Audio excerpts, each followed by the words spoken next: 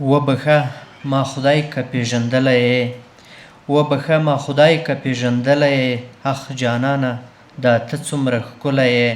وخته لږ تم شه ته لږ صبر شه، وخته لږ تم شه ته لږ صبر شه، وخت دا څومره وړاندې رانه تللی یې. د لوی ځواکمن او واکمن خدای جل جلاله په سپېڅلي نامه سره السلام علیکم ورحمت الله وبرکاتو. د غونډې ټولو قدرمنو میلمنو ته هرکلی او ښه راغلاست وایمه. درنو استادانو، قدرمنو میلمنو، د کتاب مینوالو او فرهنګ پالو ورونو او خویندو، تاسو ټولو ته د اکسوس کتاب پلورنځي له لورې په دې علمي او فرهنګي غونډه کې د زړه له کومې ښه راغلاست وایمه. ډېر خوښ یو چې نن د وخت ارزښت او مدیریت کتاب د علمي ارزونې او معرفۍ په مناسبت ستاسو په څېر د پوهې او مطالعې مینوال زموږ ترڅنګ حضور لري. اکسوس کتاب پلورنځی تل هڅه کوي چې د کتاب لوستلو، مطالعې او فکري ودې فرهنګ لا پیاوړی کړي او د همدې موخې لپاره یې نننۍ غونډه جوړه کړې ده څو د دې مهم کتاب پر ارزښت، نظریاتو، علمي اغیزو او د لیکوال پر لیدلوري هر اړخیز بحث وشي. هیله ده چې تر پایه زموږ ترڅنګ پاتې شئ. د غونډې د پیل لپاره او د غونډې د لا ښکلا لپاره له محترم قاري صاحب احمد بلال قادري څخه په خورا درنښت هیله کوو چې دلته سټیج ته راسي او د قرآن کریم څو مبارک آیاتونه تلاوت کړي. اعوذ بالله من الشیطان الرجیم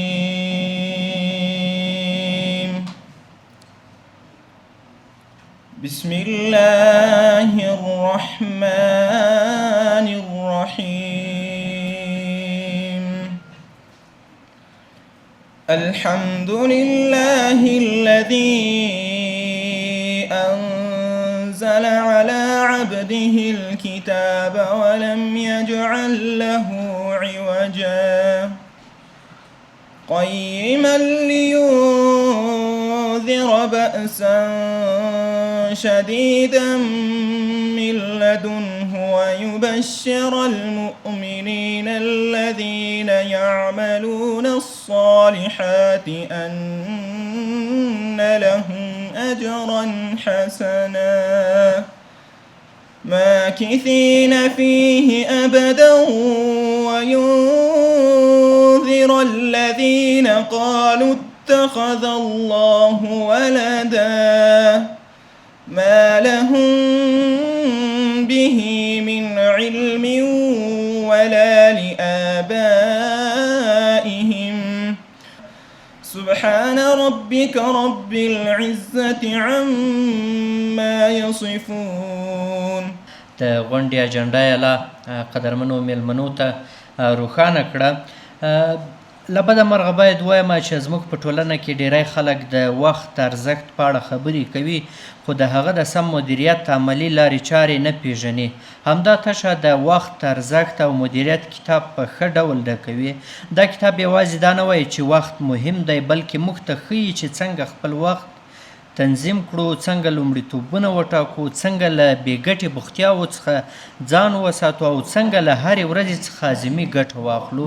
له همدا نن څخه باید پیل وکړو او له دې وروسته وخت په منظم ډول باندې لکه څنګه چې په دې کتاب کې ځینې سپارښتنې شوي دي تاسې هم په ځان عملي کړئ. او له همدا اوس څخه زه د غونډې له ګډونوالو او دغه راز ویناوالو څخه غواړم چې د غونډې وخت چې شاوخوا 1 ساعت موږ ټاکلی ده همدې څخه وخت تنظیمول پیل کړو.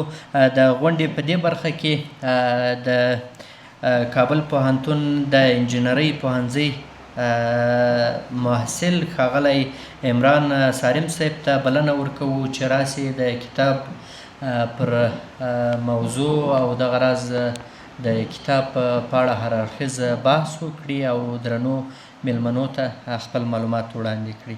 الحمد لله رب العالمين والصلاة والسلام على خير خلقه محمد وعلى آله وأصحابه أجمعين.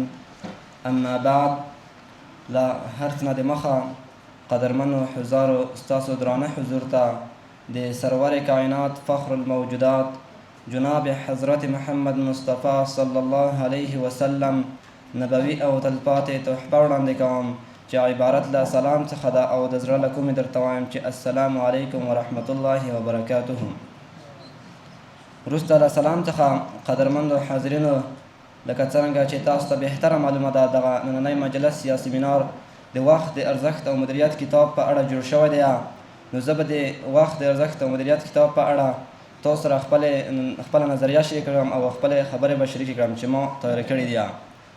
نو قدرمندو حاضرینو، زما وینا چې د هغه دوه برخې لري. لومړۍ برخه چې دا هغه د کتاب په محتوا باندې ده، کتاب په جوړښت باندې ده، او دوهمه برخه چې ده هغه زما تجربې دي چې له دغه کتاب سره تړلې دي، چې د دغه کتاب د مطالعې په وخت کې زه ورسره مخامخ شوی یم. نو لومړی راځم د کتاب محتوا ته. دغه کتاب چې ما کله مطالعه کولو، نو په اول کې ډاکټر صاحب چې کومه سریزه په د کتاب باندې لیکلې ده، ما هغه مطالعه کړله. هغه سریزه د دې لامل شوله چې ما د کتاب مطالعې ته وهڅوي، دغه کتاب زه مطالعه کړم. نو لومړی لامل چې زه د کتاب مطالعې ته وهڅولم هغه سریزه وه. وروسته له دې څخه د کتاب موضوعات چې دي، هغه اوله موضوع چې د وخت ارزښت دی. په اول قدم کې لوستونکي ته د وخت ارزښت بیانوي. د وخت ارزښت په داسې یو شکل سره بیانوي که هغه یو با احساسه ځوان یا فرد وي، نو حتما په هغه کې تغییر راولي، او دغه شخص د دې دپاره هڅوي چې دغه کتاب تر پایه پورې مطالعه کړي، او له همدغه د کتاب د شروع څخه د خپلو وختونو ته متوجه شي، او د خپلو وختونو ساتنه وکړي، او له خپلو وختونو څخه په صحیح شکل استفاده وکړي. وروسته له دې څخه چې د وخت ارزښت لوستونکي ته وروښي، یو څه تشویقي خبرې ورته کړي چې ته وړتیا ولرې، له خپلو وړتیاو څخه کار واخله، او راپاڅه، د شیبو قدر وکړه، او د هرې شیبې څخه استفاده وکړه، د هغه ساتنه وکړه، هغه په صحیح شکل سره مدیریت کړه. وروسته له دې څخه چې د وخت ارزښت هم وربښي، تشویق یې هم کړي، د وخت د ساتنې او مدیریت هغه اتلان ورښیي چې هغه په دغه برخه کې زموږ او تاسو دپاره نمونې دي، په دغه برخه کې زموږ او تاسو الګو دي، او هغوی چې دي زموږ او تاسو سلف صالحین دي، زموږ او تاسو امامان دي، عالمان دي، هغوی د علم دریابونه دي، هغوی د بریا تر آخري پوله رسېدلي وه، او د هغوی ټولو د بریا یوازینی راز چې په دوی ټولو کې مشترک دی، هغه همدغه د وخت ساتنه ده او د وخت صحیح مدیریت دی. نو ما چې کله دغه کتاب مطالعه کړ، وروسته د هغو نه د ما درسونه ډېر منظم شول، نو ښه سیستم ته مې ولوېدله، تقسیمه کات مې جوړ کړ ورځني درسونو لپاره، مثلا ورزش کړل، ګردان کړل، کورس ته تلل، د پوهنتون د درسونو لپاره نوې تمرین ول، د تېرو درسونو تکرارول، د ټولو لپاره ما برنامه او تقسیمه کات وروسته دغه کتاب د مطالعې څخه جوړ کړل. نو په دغه پسې بله تجربه موږ چې وو د ژمې دغه پوهنتونو ملګري محصلین رخصت وو، نو په کور کې وو، په وطن کې. نو هغلته موږ د مازدیګره به چکر ویلو، او د ماښامه به درېدل، ورسره ماسخوتنه به کېناستلو. نو دغه کتاب چې وو هلته موږ سره چک کتابتون کې هم شته دی، بیت الحکمه کې. نو کوم ملګري به چې دغه کتاب مطالعې دپاره وړی وو، هغه به موږ سره نه ګرځېدلو. موږ به چې ورته ویل ته ولې د موږ سره نه ګرځې، هغه به ویل چې هر څه خپل وخت لري، او د وخت ډېره ساتنه به یې کوله، د وخت به ډېر پابند و. هغه ته کتاب د مطالعې د وجې داسې کېدله. او بل په دغه کتاب کې یوه موضوع ده، د مړو وختونو راژوندي کول. ما چې کله دغه موضوع په دغه کتاب کې ولوستله، وروسته د هغو نه زه دغه برخې ته ډېر متوجه شوم. هغه مړه وختونه، مثلا د تګ په مهال، د کار کړلو په مهال چې په هغه وخت کې موږ علمي استفاده نه شو کولی د هغه وخت څخه، هغو ته ډېر متوجه شوم. نو وروسته د هغو نه ما صوتي د علماو تقریرونه، تاریخونه، همداسې سیرت، د عنایت الله علمي صاحب سیرت، نور سیرتونه مې صوتي اورېدل د کار کړلو پر مهال، د تګ پر مهال. نو په دې سره د ما مطالعه چې وه ډېره زیاته شوله، هم به مې کتاب مطالعه کولو، هم مې صوتي اورېدل. صوتي مې په هغه وخت کې اورېدل چې هغه د ما داسې وخت و چې په وخت کې نور استفاده نه کېدله، علمي استفاده. نو هم مې دغه وخت څخه استفاده کېدله، او هم مې علمي ذخیره ډېرېدله، معلومات مې ډېرېدل. نو دغه زما تجربې وې چې دغه کتاب سره تړل شوې وې، او د کتاب په محتوا باندې چې کومې خبره وکړي، نور زه لیکوال نه یم، او معلومات کېدای شي ډېر ناقص وي، نو الله تعالی دې وکړي چې خسته شوي نه وای، او تاسو د خوښې وړ ګرځېدلي وي. بسم الله الرحمن الرحيم. اللهم صل على سيدنا محمد وعلى آل سيدنا محمد وبارك وسلم عليه. رب اشرح لي صدري ويسر لي أمري واحلل عقدة من لساني يفقه قولي. اولا السلام علیکم ورحمت الله وبرکاته. قدرمن استادان و ډاکټر صاحب ټول ملګري په اجازه الله تعالی د کوشتل و جوړ وروغه. اول قدم که خدای الله تعالی د لیکوال ته ژباړن ته او چا چې تمخ کړی د کتاب رسوله، خدای پاک د اجر ورکړه، او الله تعالی د اکسس ته اجر ورکړه چې د سیمینار جوړ کړی، او ما ته هم خدای اجر ورکړه چې تاسو ته څنګه غږیږم. نو اول قدم که زه تاسو ته د کتاب د محتوا په اړه وغږیم چې د کتاب کې څه شی وو او د کتاب محتوا د فصلونو سره کوم څه تړل شوي دی او د علت شی دی او دونه وروسته د کتاب خاص ځانګړتیاوې چې د کتاب نور کتابونه بیل کړی دا څه شی دي او دا کتاب باید څوک ولولي او په آخر کې د کتابونه مو څه عملي کلمات څه ګټه وکړه. اول کتاب محتوا چې دا په اول کې لکه سره کني سورن سو ویل دا د وخت ساتنې په ضرورت باندې غږی چې موږ ولې وخت وساتو څه ارزښت لري. اوس دا مسلې ته یو سوال خو زه ولې وخت وساتم اول په دې باندې بحث کړی سړي ته د وخت ارزښت بیانوي.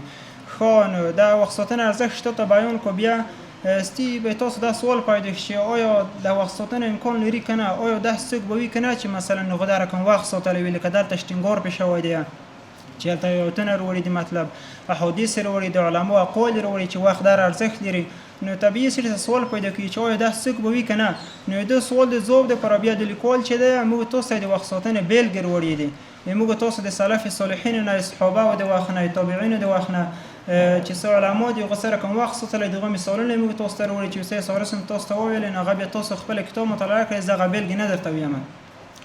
بیا نو یو فصل چې دی د سلف صالحین مطلب صحابه تابعین او تابع تابعین دا درې ډلې کې وروړي دي. نو دا چې سړی وایي استبوي چې هغه مطلب د رسول الله صلی الله علیه وسلم زمانه ته نږدې خلک او هغه خکړای شو چې وخت وساتین اوس به کله داس څوک وي ورسته دنه موږ تاسو ترخی چې څخله وخت وساتو لکه سورین صاحب چې ویل موږ ته وایي چې د وخت غلقون کې شي دی دنه موږ تاسو به ځان وساتو او څرګند کړای شي چې موږ وختونه پیدا کو ځان ته وخت ډیر کو لکه سورین صاحب چې وټک ته اشاره وکړه چې هغه د مړو وخت ژوند کول او دغه رقم نه لاستون نور لیاري مخ تاسو ته خو دلی چې موږ تاسو په دغه طریقه کړل شي چې موږ تاسو وختونه پیدا کو او ښه استفاده ځنه وکړو. دنه ورستانه د وخت ساتنه د مونږ نه لري چې موږ تاسو فقط مصرف او چې پارشه کې وخت او موږ تاسو باید و موخه ولرو مسلمان څه رسالت لري دغه مسؤلیت شې دی بیا د مسلمان شخص پر رسالت او مسؤلیت باندې د کتاب بحث کوي چې مسلمان باید څه وکړي آیا مسلمان فقط دنیوي کارونه تر سره کړو کنه یو مسلمان د فقط دایما په عبادت کې وخت وینور د هیڅ خپل مهارتونو لوړول ته خپل شخصیت جوړول ته نور ټولنه ته خیر سوال ته د کار ونه کړو مسلمان باید داس وینه مسلمان خو باید دنیا او د آخرت ترمنځ توازن وساتي بیا په دوه بحث کړی دی. نو موږ تاسو ته درخای چې موږ تاسو باید یو هدف ولرو او هدف انشوي هغه هدف چې موږ تاسو ته په اسلام کې خودل شوی ځکه موږ تاسو مسلمانان یو چې هغه بهترین اهداف دی بیا د موږ تاسو ته خای. نو د هدف تر رسیدل چې دی چې څه رقم هدف ته ورسوس نو هدف تر رسیدل چې دا بیا کړنلور ته ضرورت لري د ځواب چې د کړنلور جوړونه دا سوال چې مو تاسو نو کوم مثلا چې زه څه رقم د خپل هدف ته ورسم د ځواب چې د کړنلور جوړونه یعنی موږ تاسو د ته باید کړنلور جوړ کړو چې قدم قدم مو تاسو باید خپل هدف ته ورسو او د کړنلور باید په څه طریقه وي د تخنیکونه شي دی مطلب او د ګټ شي دی او خلک چې کړنلور نه جوړوي دغه بهانات شي دغه څه تمونه کړی دي بیا په دې باندې بحث کړی دی. ورسته کړنلور جوړونه بیا د خوب مدیریت باندې بحث کړی چې خوب موږ تاسو یو مهمه برخه د ژوند په څلورو ساعتو کې مو تاسو تقریبا 9 ساعته خوب کو په دې باندې بحث کړی دی چې خوب مسلمان باید سره خوب وکړي او د خوب د لپاره په اسلام کې سره کوم برنامه ده په دې بحث کړی دی او په پای کې بیا موږ تاسو ته شاید ځینې ته بیا ممکن معلوم شي د عملي کول موږ تاسو ته وایي چې د عادتونو کې کوچنی بدلون چې دی دا څه لوی پای لرلای شي نه دا موږ تاسو ترخی چې کچیرته دا غڅ چې تاسو کتاب کې وویلې دا ته نشه عملي کولای ته ورته ورخاطوي وي چې ته په عادتونو کې لږ بدلون راوړل کوچنی بدلونونه نه ته کړای شي چې لوی پای لاس راوړي او په نتیجه کې شي دغه د کتاب ټوله محتوا ته سم عملي کړل شي او بیا لیکوال په اخر کې نصيحتونه کړي دي د استادانو ته او چې تلاسلون دي چې خلک دي چې تاسو باید وخت ساتنه ته خلک متوجه کوي ارزښتناک ویناوي ورته کړي دي. دا غو کتاب محتوا نه خدای په دې وکړي چې تاسو غو کتاب کلی تصویر خسته وي دنه ورسته به تاسو دا وایم چې دا کتاب څه ځانګړنې لري.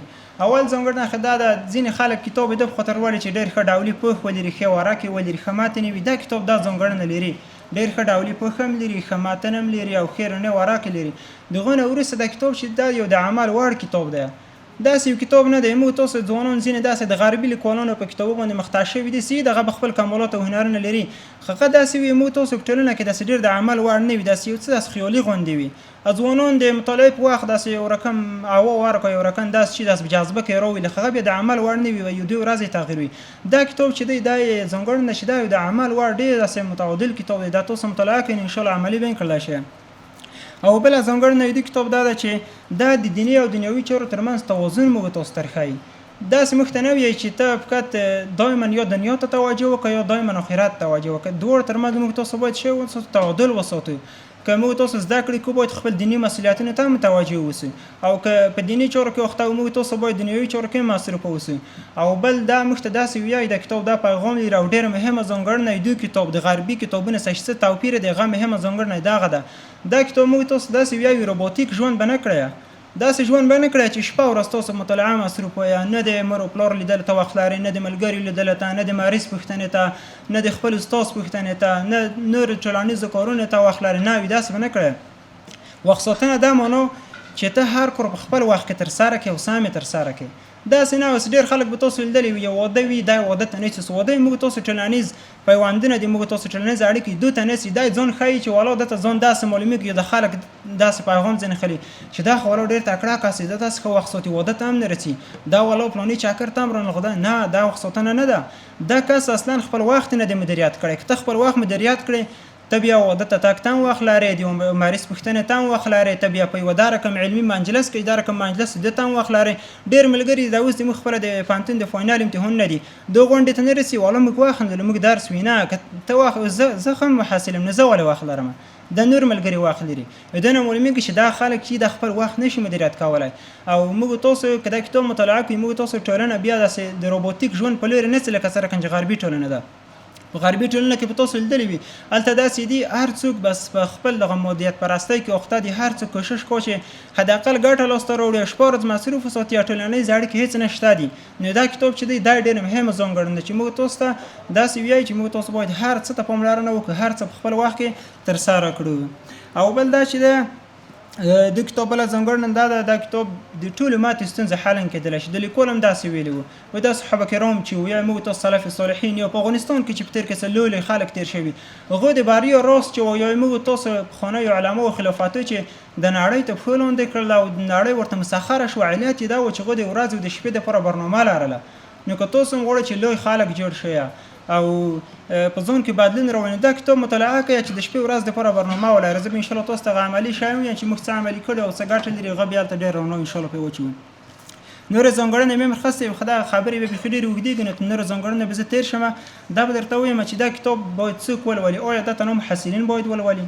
آیا تنها لوستي خلک ولولي؟ نه. اوس وخت چې دی دا ژوند دی هر څوک باید وخت مدیریت کو. هغه که مجاهدین دي، که صوفیه کرام دي، که علما دي، که شاګردان دي، هغه که تجاران دي، که دکانداران دي، مطلب که هر څوک دي، که دهقانان دي، حتی هغه د وخت مدیریت ته ضرورت لري. د کتاب کې ډېر ښه مثالونه هم راخیستي وو چې د وخت نه ستره کم په مارکیټینګ او بازاریابۍ کې دنه ګټه اخیستل کېږي. نه هر څوک دې ته ضرورت لري چې خپل وخت مدیریت کو. د موږ تاسو مسلمان لکه ساجد صاحب سایري زکین د خبرې ادا کړې وه په نړیوال تجارت کې کمترین سهم د مسلمانانو دی. نن موږ خپل پوهنتون مضمون یو مطالعه کوله چې خارجي سرمایه‌ګذارۍ څه ردیف سره هیوادو کې نو په دې ټولو هیوادو کې یو داسې مسلمان هیواد نه و چې هغه د ډېره سرمایه‌ګذاري کړې په نړۍ هیوادو کې. نو ولې مسلمانان نشته؟ ځکه مسلمانان داسې دي چې د تعلیم کار او دغه لوستل ده فقط لوستي خلکو پرې محدود شوي دي او لوستي خلک کوم دي بیخي محدود خلک مطالعه کو. نو دا کتاب چې د هر څوک باید ولولي. هر څوک غواړي مطلب که یو څوک داسې شوی داسې تشویش ورته پیدا وي چې زه په ژوند کې څه وکړم نو هغه باید دا کتاب مطالعه کو درښایي ته. که یو څوک غواړي چې لوړ اهداف ته ورسي ځان لوی سړی جوړ کړي دا کتاب دی ولول دا ځینې جوړوي. که یو څوک وایي چې ما ته داسې یو خیرخواه ناصح وایي و چا ما ته ښه نصیحت کړی وي ښه په خوږه ژبه ښه په نرمه ژبه او ښه مشفق ناصح مې پیدا کړی دا کتاب دی ولولي. ډېر خلک دي داسې د توند نصیحتونو نه او د موږ تاسو د ځینې داعیان هم داسې په سمه لهجه نصیحت شی نه کوي یا خلکو نه په تنګ وي یا که مور او پلار وي بل څوک یا مشران وي موږ تاسو ته په سمه لهجه نصیحت نه کوي موږ نصیحتونه بعد غلي. نو دا کتاب چې دی دا ډېر په خوږه ژبه لیکل شوی د لیکوال هم ایرانی د ایرانیانو تاسو ته معلوم دي ډېر داسې مشفق خلک دی او ډېر په طبیعت کې نرم خلک. نه دا کتاب چې دی ایرانی عالم لیکلی دی نو ډېر داسې ښه په خوږه ژبه لیکل هېڅ په سړي د خبرې بعد نه تمامېږي چې ته مطالعه کړې د سړي ډېر په مینه سړي ته غږېږي نو تاسو کوشش وکړئ چې دا کتاب مطالعه کړئ. د ډېر ښه ځانګړنې دي او که څوک ناامیده شوی وي مطلب ناامیده څوک وي دا کتاب دی ولولي دا اسم وي. که یو څوک مصروف یې خپل اهداف ته نشي رسېدلی شپه ورځ مصروف دی خپل اهداف ته نشي رسېدلی یا اهداف ته راسي ټولنیز ژوند ځینې پاتې نو دا کتاب د مطالعه کو دا تاسو ته درښایي چې تاسو سره که د ټولنیز ژوند تر څنګ درس هم وي او درس تر څنګ تاسو ټولنیز اړیکې شی هم وپالئ. او دا مو د دې کتاب په ما باندې څه اغېز وکړل عملي مې څه شی وکړل. اول ما خپل یو عادت لرم زه خپل پوهنتون څنګه ځین نور تخصصي شوم هغه به چې ما ویلې آزاد مطالعه کوم ما خپل ورځنی تقسیم اوقات د کتاب مطابق جوړ کړم. مخکې بن تقسیم اوقات وخت مو داسې کړل هغه اسونه کورونه به اول تر سره کړل هغه سخت کور ته مې د واسه نه کړل د تر سره کوم ستې بغان داسې سپورټ و چې مو به غزون ارزول او خپل جدول مې کتل چې غاسونه کورونه تر سره کړی سخت نه دا واله د کتاب د مو ذهنیت تر بدل کو د سرته وې دو تو سوال به د سخت کورونه تر سره کړي د دیوبندي عالم د خبر او اشرف علي طحنوي رحم الله غالبا هغه ویلي وشتو سوال سخت کورونه تر سره کړي شتو اسونه کور ته ذهن فارغ شي کشیر ته اسونه کور اول تر سره کړي تو ذهن به مشغول وي غاسونه کورم سم نشتر سره کول ځکه ته سخت واسطي کور د پوت دی ناول موږ ته سبوت شي وکړو اول غ سخت کورونه تر سره کړي د کوم یو د بدلون راوستلو او بل داسې و مو بخپل مخ نه لیکل مخکې اهداف ملار الجزا باید سخت کول دا وکم چې خپل بخلاص هیڅ نتیجه بنويت مینه وکړي خدا کتاب چې مو مطالعه کوم خپل ځون ته د باستا کول د میاشت او د هفته د ورځ زوس مخ ځون ته لیکم از سوړه کتاب چې دغه ورکه در کوم ځون ستوته دایما او د خپل مخ لیکم بیا ربګه دغه د ورځ مخ زګرم چې سم د کورونه کړي کنه علت شی او عالم ونه کړل او د خپل کول مخ مې لیکلي د مطلب چې مو دا کتاب مطالعه کړی زه د مطالعه مې بخیر را شوی د پانتن درسونه مې سم شوی ځکه اسمو ځان تل مخ د باستا کولی کلی هغه ځکه له وګره مو ته ورکم انګیزه او هر کی چې زواله د باید کورن تر سر نه کړم یعنی زه دایما په مطالعه مخته او مخبر درسونه مې دغه ته څنګه زه په دینی مجالس کې یو دار کوم مجالس کې او د ملګری لیدنه ته د استادانو د مریضانو خپلونه ته د تام سره ورتینو د مثبت اغیزم په مونږ کړی او بل ډیر مهم شی چې هغه د خوب د مدیریت روان مو یو نقطه عملی کړی ډیره ګټوره ده بس مخکې به داسې ومو د مسخوتانه کړی چې جمع وشین دغه ورسته به یو سړی په واتساپ کې مصروف شول یا به یو بل کار کړو گیزه به چیرل تدل المنز بدیم په سم حضور مونږ نه شوي کړی ورسته المنز نه بیا خو بو یعنی یو رقم به ورځ گاډه واډه اوس داسې کړم چې څنګه د مسخوتان منځ وکم د خوب د مدیریت د فاصل نتیجه کې دا کار وشو چې څنګه مسخوتان منځ وکم هیڅ کار نه واتساپ چلانداوم یو کې بخي اشد ذرات وی د لاس تک د پره نه واتساپ چلاندم حتی مطالعه هم نکړم وختي وی د کیمه کله چې زه وختي وی د شم سهار وختي خپ انرژي ولټګم خپل ورزش وکړم که ورزش نوي خپل مطالعه وکم او د ذهنم ډیر پول وي شاید تاسو ته سعودي خبر خبره شي چې د مقصدانه ویده شو وختي کې ضرورت نه د عمل کول د اسانه نه دي دا مخکې موږ د حدیث شریف لیدل او چې اللهم بارک الامه فی بکورها چې یا الله د مو امت رسول الله صلی الله علیه و آله په سحرونه کې برکات وچوه دا موږ لیدل او خدای عمل کېدل چې خبره یقین د سړي کمزوري اکثر عمل کوي به نشوي خدای کتاب چې دا تو داسې مطلب په تو باندې کور کو در باندې عمل کوي د عمل کول د اساسونه خبره نه د کسر کنجده اشاره وکړه نو دا کتاب چې د تو په ریشو باندې کور کاساجو سم مخکې خبر کړی وای که تاسو غوړی ویونه چې په شوخ باندې سل گزاره وکړي چې پرې یو گزار وکړي دغه یو گزار خده نه دا کتاب چې د تاسو د بد عادتو پرې خو باندې گزار کو سم دی یعنی تاسو د بنیاد اصلاح کوي سمویم نو کوشش وکړئ چې دا کتاب مطالعه کړئ دا یو عملی ټکاو او بل داس د مو په مخ کې کورونه زنداول بهانه ابن ورتل ټاول ز کورونه نه زنداوم ځکه په کتاب کې د ابوبکر صدیق رضی الله عنه خبر غلی وړر نو دیره و غچ کله وفات کړه عمر رضی الله عنه ته ورته وی الله تعالی په تو د ورځ حق لري غد شپې نه درس قبلي بیا ادا کاولي او د شپې کوم حق لري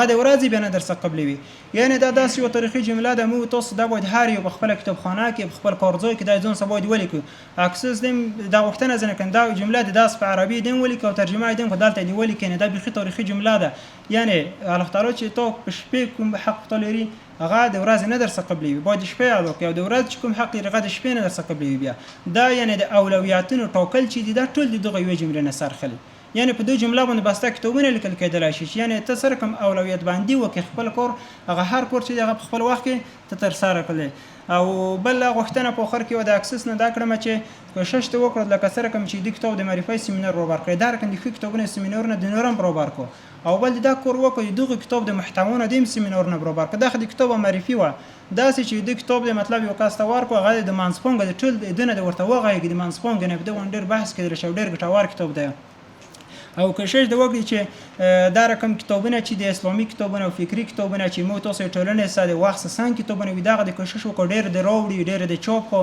سره کم ذرات کتابونه د ځوانانو مشکلات چې دغه ته کاته د مثلا لکه د معاصر علماء کتابونه دي دکتور عبدالکریم باکار صاحب د دکتور خالد ابو شادی صاحب دغه رقم عمر خالد دغه کتابونه د راوړي او ځوانان ته میواده توصیه ده که غواړي چې مطالعه زده کړي اول کوشش وکړي اکسس کتاب چاپ کړئ کتاب باید څنګه وروستل شي دا مطالعه کوي چې تاسو به د کتاب نه رښتیا یو شی وخستل شي یعنی موږ تاسو اکثر موږ تاسو خپل وستل موږ دا کتاب مطالعه کو زه خپل کوشش چې مول وستل مخکنه وزده دا کتاب مطالعه کوي او د وخت ارزښت خو ان شاء الله مطالعه کوي باکنه غواړم چې وخت ملګ ډیر ونی ورن خدای پاک دې وکړي چې موږ خبرې په چا باندې باید نه وي لګېدلې یا ورڅخه خسته شوي نه وایه.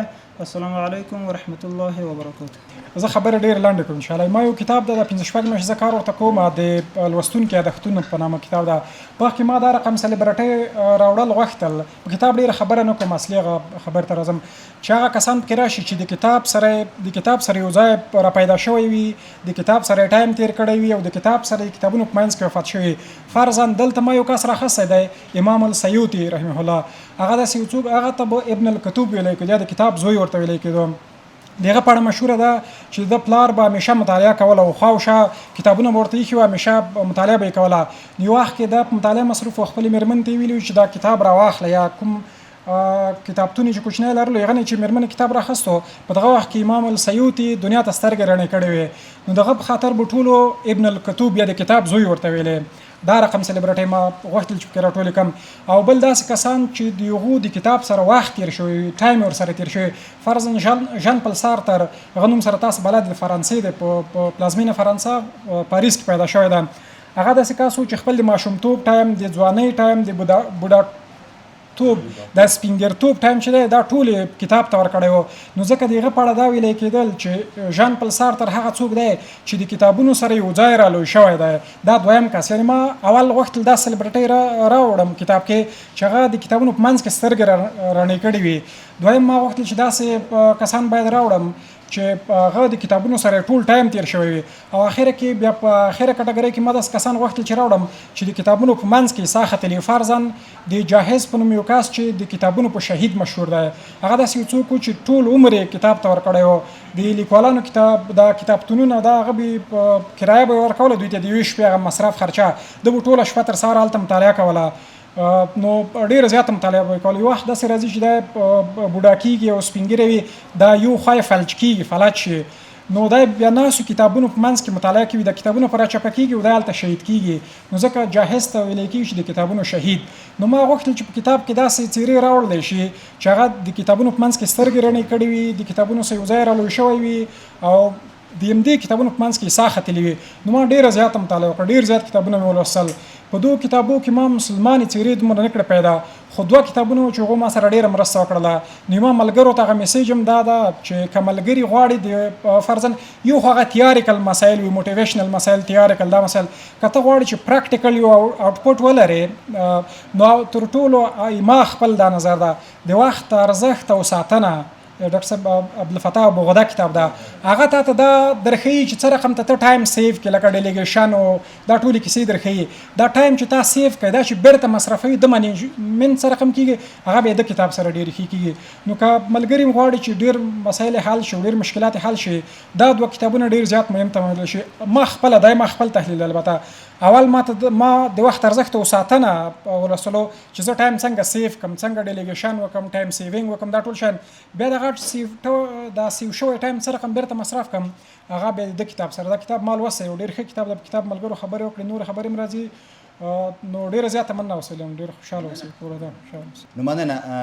ډېر وخت مې دا هیله وه چې زه د ډاکټر صاحب اسیف سجاد دغه کارنامه په خپله وستایم او په لرو پرتو کلیو کې ورته خلک راټول کړم. وخت لږ ډېر نیسم دا خبره کم، ځکه سړی د خبرو ډک وي. زه نوم مې نوم وښود دا چې اجمل تخلص مې بوډا دی، اجمل بوډا یم. نو ډاکټر صاحب ډېر د وړکتوب نه پېژنم او کلیوال مې هم دی. لکه څنګه چې استاد وویلې چې داسې څو اشخاص مې په کار وو یا کسان مې په کار وو، زه په ساده ژبه ووایم چې په کتاب کې د کتاب په وخت کې زیږېدلی وي، د کتاب په منځ کې رالوی شوی وي او د کتاب په منځ کې ومري، هغه به زه ویم چې ډاکټر صاحب همدغسې یو کس دی. باور په خدای وکړئ. یو دو ژوند چې زه تاسو ته وخت لږ ډېر نیسم، ډېره بښنه غواړم، خبرې په دقت واورئ. یو دو ژوند چې زه د داسې وسیله لاندې به کېناسته، یو دی کور د پسه ته لنډ وه، یو دی کور پسه ته لنډ وه، بیا به د یو باغ درلود، د باغ په تو باغ کې به د زردالۍ په سوره لاندې ناست وه. یو ګیلاس تروې به ورسوې او هماغه به یې استفاده کولې. کله چې مکتب راغی مالته به ته ونه لاندې شوې، بټلا کور ته به تلله. او دته چې خدای لیو نعمت ورکړی، هغه د یوه مور ده، بیبي ده، حاجي ده. او دته چې خدای لیو نعمت ورکړی، هغه یې د مور ده. د مور دعا وکولی شوی دا انسان دوزه پورې راورسوه. اصلا دی طبي ډاکټر دی اسیف سجاد. خبره څنګه مې وکړه، وایي چې په صنف کې نه په ژوند کې اول نمره شي. په صنف خور څوک اول نمره کوي یا په ژوند کې اول نمره نه دي. چې کتاب نیغ په نیغ تا ته غږېږي. ګورئ یو کتابونه وي چې ته لولې تا ته خبرې نه کا. زه چې کله کتاب لولم فکر کوم چې ډاکټر صاحب چې چا ماته مخامخ خبرې کا. دا د کتاب خاصه ځانګړنه ده. یو ته چې کتاب ولې فکر کې په یو خیال کې روان یې. ځینې کتابونه خو دغه کتاب صاف داسې دی فکر وکړه چې تا ته مخامخ استاد خبرې کا. دغه کتاب متن دومره هغه دی دومره کوي دی. دوم دغه کتاب خبرې لاندې کوم ډېر وبخښنه غواړم. دوم په دغه کتاب کې چې دی ګورئ دا کتاب چې دی د یو ښار بڼه لري. د یو ښار بڼه لري. د کورسانګي نه په موټر کې کېناستې د پانتون څخه یو صحنه ویني. سینما پامیر څخه بله صحنه ویني. یعنې چوک ته بله صحنه ویني. تا خسته کوي نه خبره واورئ ښه په خلاصه. کتاب تا نه خسته کوي تا د ځان سره بیایي. کتاب چې دی مقالې دی. مقالې کتاب یوه ځانګړې ده چې ستا خسته کوي دی نه په تا ځان لولي ورو ورو ځان در باندې لولي. دا د موډ لیکلو د اوسني لیکلو اثر هم دغه دی. ځکه خلک فیسبوک دومره پسې واخیستل چې غټې لیکل نه لولي. وړې شان لولي وړه شان. اما د دوی کتاب هغه موږ کتاب کې نشو ځایولی چې دومره وړه کتاب څنګه کتاب ورته وویو. د دوی کتاب یوه ځانګړنه ده چې تا د ځان سره بیایي دی. په تنګ کېږي نه ورڅخه خسته کېږي نه. توزه درسوي. دوهمه یې کتاب څنګه ده. مخکې موږ کتابونه درلود کتاب هم ولوي ولوسته خلکو پوهېدونه چې اوس ښه ادب څه شوه موخه څه شوه څه وکړو څه ونه کړو. د کتاب د دو کتاب ځانګړنه څه ده. کتاب لولئ تا ته اول سریزه رسي په هر متن کې. ګورئ په هر عنوان کې تا ته اول سریزه رسي. کتاب ولولئ حتما یې ولولئ کتاب. وروسته تا اصلي متن ته راولي. اصلي متن د کتاب بیا بله بڼه غوره کوي. وروسته خپله متن جمعبندي کا. هره مقاله ځان ته جمعبندي لري. یعنې تاسو کولی شئ که دغه یو کتاب ولولئ تاسو چې څومره عنوانونه لوستي په همغومره اندازه کتابونه لوستي دي. پوه شوئ. دویم د عنوانونو تسلسل ډېر مهم دی په کتاب کې. ګورئ کتاب تا آخره خپل تسلسل ساتي. یو عنوان یې په بل عنوان داسې لوړی دی چې تا ته تلوسه در اچوي. د تا په زړه کې هوش در اچوي. ما ته یوه ښه خبره کله وي چې ماسخوتن مې کتاب ولوسته خوب وړی وم کت مې کا. وګیست چې څو ځله ټکه په ذهن کې مې دا و چې نور کتاب څنګه څه وخت ولولم. بیخي مې نږدې مکتب باندې ناوخته وه. ما وایي چې دومره یو هغه تلوسه در اچوي کتاب په مخ خپل هغه کې. یعنې تا د ځان سره دومره مصروفوي دی. که په کومه هیله دا کتاب اخلئ په کومه توقع دا کتاب اخلئ هغه یو نیم سل روپۍ یا 200 روپۍ پرې ورکوئ د هغو نه څو برابره تاسو دغه خپله تقاضا در پوره کوي او دا کتاب د ارزښت ده. نورې اوږدې خبرې نه کوم. لومړی خو تر څه دمخه د دغه کتاب مبارکي قدرمن استاد ته وایم او هغه کسانو ته چې د کتاب مینوال دي او د مطالعې مینوالو ته. د ناصري صاحب سره څو دقیقې وړاندې غږېدلم ما ویل چې کتاب ډېر زیات مهم دی. مهم خو دا دی چې وخت ورسره لیکلی او د وخت خبر چې شوی بیا مهمتوب یې لوری ښکاري. بله خبر به دا وکړم چې زه د محیط زیست محصل یم. البته فارغ شوی یم په دې برخه کې فعالیت کوم. فعلا د ژورنالیزم برخې محصل یم. څه موده وړاندې موږ یو کمپاین درلود د سمسور وطن مؤسسې په استازیتوب باندې. په دې کې موږ د پلاستیک پر وړاندې مبارزې کمپاین درلود. بیا ویلي وو چې تور پلاستیکونه راواخلئ غټې خلطې چې د واړه پلاستیکونه پکې ټول کړو.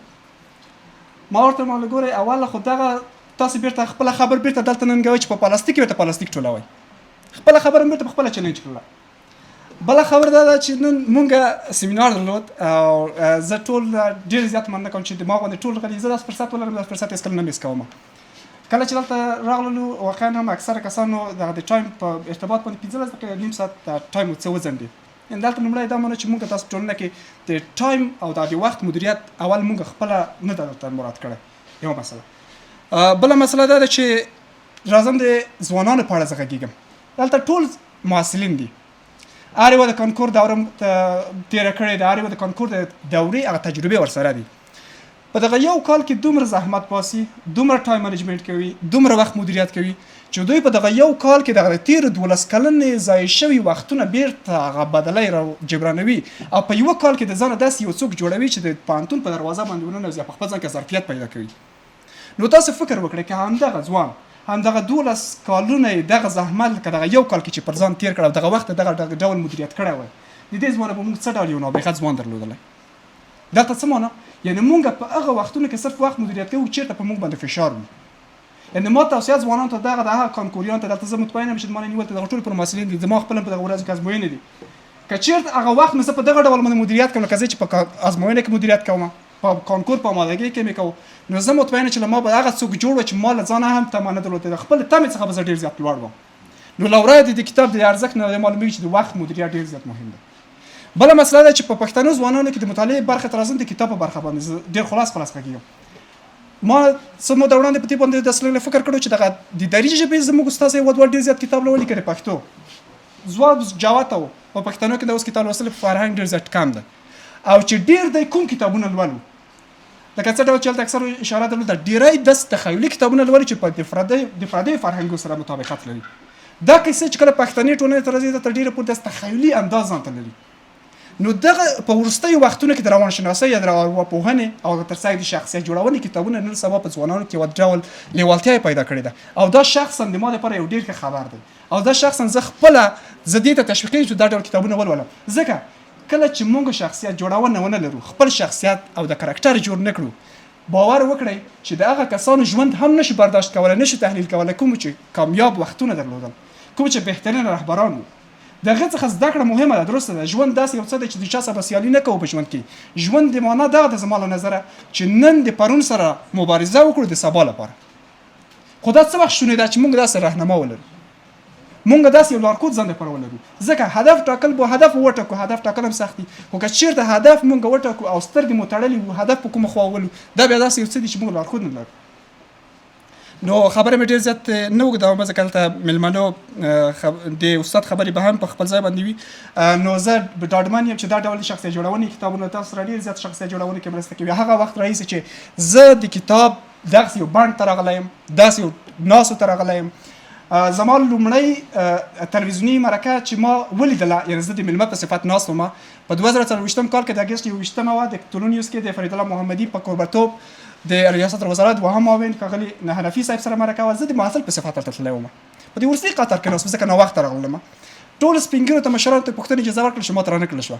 په د اخره کې ما غږ پورته کړ یو څه ما مزاحمت وکړ ما ځوانانو غږ ول نه واورئ ما د محصل په صفت یو پوښتنه درلودله. نو دغه ټول مجلس ما ته متوجه شو خو وروسته اوس بیرته د حالت نورمال شو بیرته دغه مجلس دلته جوړ شو. کله چې بیرون راوتل د محمدي صاحب سره اکثره انځورونه اخیستل زه داسې خواته ودرېدم چې غوسه غوندې وم موبایلونه د مونږ نه قید کړي وو ځکه د امنیتي تعابیر یو څه سخت و. نو محمدي صاحب په ما باندې فکر شو غږ یې وکړ ځوانه څه غوسه یو دننه تالار کې ما غوسه به څنګه نه کوو ناست ځوانان یو نیم تالار ځوانان یې نیولی او فرصت نه ورکول کېږي وخت نه ورکول کېږي.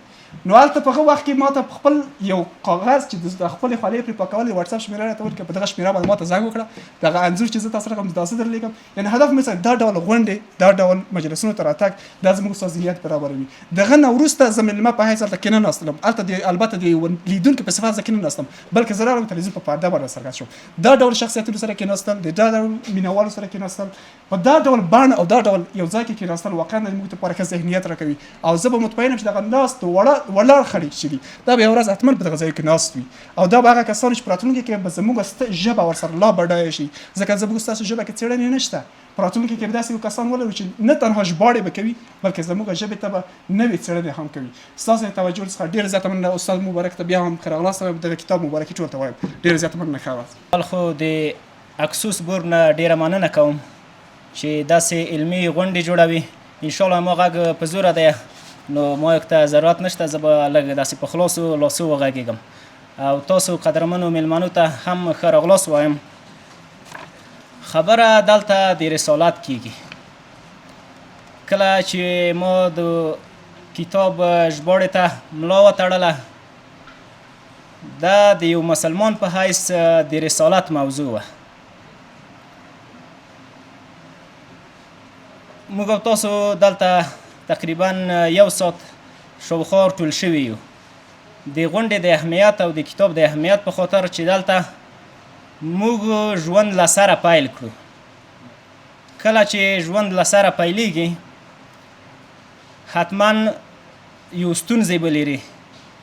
د ستونزو د مدیریت بل نوم چې دی هغه بیرته د ژوند مدیریت دی. رسول الله صلی الله علیه وسلم د همدې مسئولیت لپاره راستول شوی و چې موږ ته یوازې د وخت ارزښت وښیي. رحمت للعالمین او نور خبرې به پرېږدو اوس رسو دلته چې د رسالت د موږ څه شی دی. رسول الله صلی الله علیه وسلم وایي نعمتان مغبون فیهما کثیر من الناس الصحة والفراغ. دوه اساسي نعمتونه دي چې نور په ژوند کې هیڅ نعمتونه نشي ورسره برابرېدلی هغه یو صحت دی او بل اوزګار وختونه دي. بیا یې دلته لپس ذکر کړی مغبون فیهما کثیر من الناس، مطلب بیخي ډېر خلک یې تاوانیان دي. یعنی الله جل جلاله دلته د وخت هغه عزت او شرف بیانوي د رسول الله سلام په ژبه چې وخت په خپل ځای کې څومره لوړ شی دی، څومره د عزت شی دی، څومره د شرافت شی دی او مسلمانان دو ته باید څومره توجه وکړه. نو هلته یې ویلي مغبون فیهما کثیر من الناس، ډېر خلک پکې تاوانیان دي.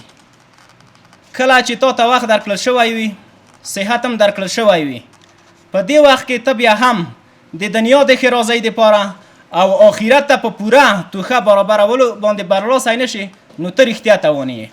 اصل موضوع هم دغه ده. یو خبره چې د مسؤلیت شي، کله چې د موږ اسلافو مسؤلیتونه پیژندلي وو، موږ 800 کاله په ټوله نړۍ باندې حکومت کولو. داسې خوش چټي نه وو په هغه وخت کې. اصل اساسي هدف هم دا و چې اسلافو د موږ دغه یو حدیث نیولی و. اسلاف د قیامت د 50,000 ورځې نه ډارېدل چې هغلته به الله جل جلاله بنده ته ووایي لا تزول قدم عبد یوم القیامه حتی یسأل عن 4. د قیامت په ورځ چې 50,000 کاله ده او د ټول دنیا حسابونه له سړي سره کیږي، لومړی حساب د هغو کسانو سره کیږي، پوښتنه به ترې کیږي د 4 شیانو نه. عن عمره فیما افناه، ژوند یې په څه کې تېر کړی دی. د مسلمان په حیث تاسو د وسط امت په ډول د دې دپاره لېږل شوي وی چې اول دنیا ښېرازه کوي. د دنیا د ښېرازۍ سره سره خپل وخت د هغو ته ورکړی و، آخرت ته پوره توښه برابره کړې. اصل موضوع هم دغه وه. زموږ اسلاف د دې پوښتنې د ځواب نه ډارېدل چې کله د قیامت په ورځ لمر 1 میل د موږ په سرونو باندې نږدې وي او د ټولو نه د مهمې پوښتنې سوال د موږ نه کیږي، هغه دا دی چې عمر هم په څه شو کې تېر کړی و. نن د موږ او تاسو نه د اوسني جغرافیوي تحقیقاتو له اړخه لمر 93 میلیون میله لرې دی. د قیامت په ورځ اهمیت ته په کتو باندې چې یعنې 1 میل د موږ په سر باندې وي، لومړنۍ پوښتنه همدغه ده چې تاسو خپل ژوند مدیریت کړی و، د وسط امت په ډول تاسو د امت ستونزو ته رسېدنه کړې وه، تاسو خپل رسالت او مسؤلیت ادا کړی و. دا نن چې موږ غونډ یو، دا د یو رسالت په خاطر غونډ یو. که دا رسالت نه وای، د وسط امت چې نور بر ویښې وي، د نورو د ویښتابه دپاره به کار کې یوازې به جیب نه ډکوي. اصل خبره او هدف همدغه دی. کله چې د نورو د ویښتابه دپاره د کار وکړو، د نورو د ویښتابه او بیدارۍ دپاره د داسې غونډې ونیولې، نو بیا به ته تاواني نه وې، ته بیا رښتیا بریالی یې. یو خبر چې څوک سیاسي وانخلي، په د مغبون کې زه نن راتلمه، یو بل خبره هم په زړه شوله. زموږ افغانان خو چې حکومتونه ډېر څه بدلېږي، بیا تر ټولو موږ په د حکومتو بدلېدو کې تاوانیان وو. اوس چې 15 کاله کېږي، 15 کاله موږ په ځینو شیانو کې تاوانیان یو او دایما خبر به انشاءالله همداسې مشرانو ته هم راسي. یو د هغو نه د نجونو د زده کړې نه وخته کول دي. په دو کې د ملت نه نیول یې تر مشرانو پورې موږ مغبون او ښه تاوانیان یو. نو هیله مې ده چې وروسته د دو تاوان نه ځان وژغورو او په دو اړه باندې یو فکر وشي. ملګرو ډېرې خبرې وکړې، خصوصا سارم صاحب په کتاب باندې پوره یعنې هغه څه چې لوستي وو تاسو ته وړاندې کړل، وروسته عمر صاحب درته وړاندې کړل، یعنې هغه شی چې زه ما وړاندې کول دوی وړاندې کړل. وروسته پسې قدرمن استاد بوډا صاحب او همدارنګه نورو ملګریو وینا وکړله. اصل د موږ او تاسو د نننۍ غونډې د سیمینار نه او د راټولېدو نه مطلب رسالت دی. مخکې عمر صاحب هم خبر وکړله چې دا کتاب یوازې د یو سړی دینداره نه تی جوړوي. خبره د دیندارۍ نه ده، خبره د معنوي شخص روزل ده. ډېر دینداره خلک د بیخي ډېرې ستونزې لري، افراط ته کې ځي، تفرید ته کې ځي. موږ او تاسو اساسي خبره په معنویت ته، کله چې ځانونه په معنویت وروزل، انشاءالله دو دنیا کې به دنیا ته امن، آرامي، ښېرازي، قرطبه به ورته ډالۍ کړي وي، تاج محل به ورته ډالۍ کړی وي او آخرت ته به تلپاتې توښه برابره کړې وي. مننه.